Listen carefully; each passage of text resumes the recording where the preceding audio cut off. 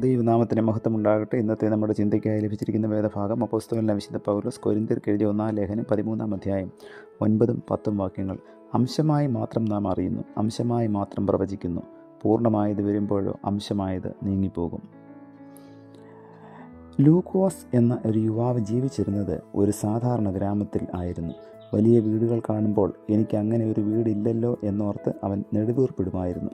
എവിടെയെങ്കിലും യാത്ര ചെയ്യുമ്പോൾ അവിടെ കാണുന്ന മനോഹര കാഴ്ചകൾ തൻ്റെ ഗ്രാമത്തിൽ ഇല്ലല്ലോ എന്ന് അവൻ ചിന്തിച്ചിരുന്നു. ഗ്രാമത്തിലൂടെ ഒഴുകുന്ന നദിയുടെ തീരത്ത് അവൻ ചെല്ലുമ്പോൾ നദിയുടെ അക്കരെ നോക്കിയിട്ട് മറുകര എത്ര സമ്പുഷ്ടമാണ് എന്നവൻ ചിന്തിച്ചിരുന്നു. ഇങ്ങനെയുള്ള ചിന്തകളാൽ എപ്പോഴും അവൻ നിരാശനും സ്വപ്നലോകത്തിൽ മാത്രം ജീവിക്കുന്നവനും ആയിരുന്നു. ഒരിക്കൽ അവൻ തൻ്റെ ഗ്രാമത്തിന് അക്കരെ പോകുവാനിടയായി. അവിടെയുള്ള കാഴ്ചകൾ അടുത്ത് കണ്ട അവന് മനസ്സിലായി, വളരെ ശ്രേഷ്ഠമെന്ന് താൻ കരുതിയിരുന്ന ആ ഗ്രാമത്തിലും ചെറിയ കൂരകളും കഠിനാധ്വാനം ചെയ്യുന്ന മനുഷ്യരും ഭിക്ഷക്കാരുമുണ്ട് എന്ന്.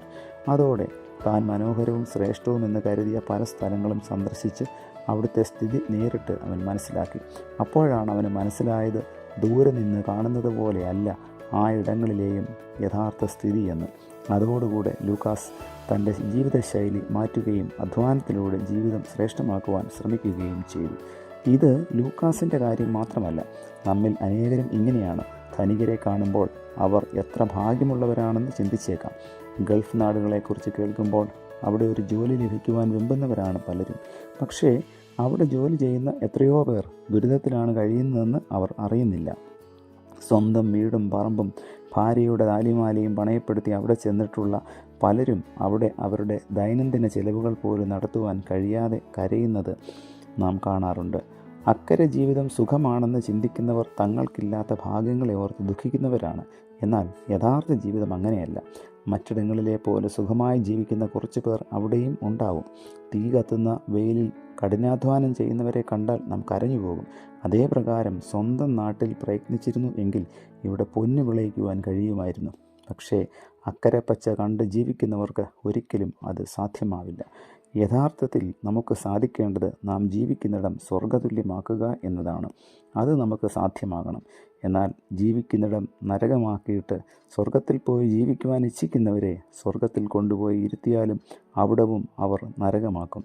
ദൈവാശ്രയത്തോടും സഹോദര സ്നേഹത്തോടും കൂടെ പ്രയത്നിക്കുന്നു എങ്കിൽ നാം ജീവിക്കുന്നിടം സ്വർഗമായി തീരും.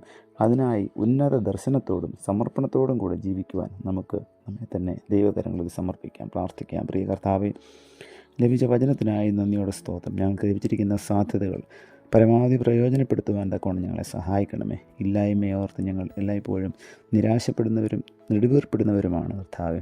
ദൈവമേ, അവിടെ ഞങ്ങളുടെ കുറവുകളെ ഞങ്ങളോട് ക്ഷമിക്കണമേ. കർത്താവ് നൽകിയിരിക്കുന്നതിനെ ഓർത്ത് സ്തോത്രം ചെയ്തുകൊണ്ട് ഈ പകൽക്കാലവും ജീവിപ്പാൻ, തുടർന്നുള്ള നാളുകളിലും ജീവിപ്പാൻ ഞങ്ങളെ സഹായിക്കണമേ. യേശു കർത്താവിൻ്റെ നാമത്തിൽ തന്നെ ആമേൻ.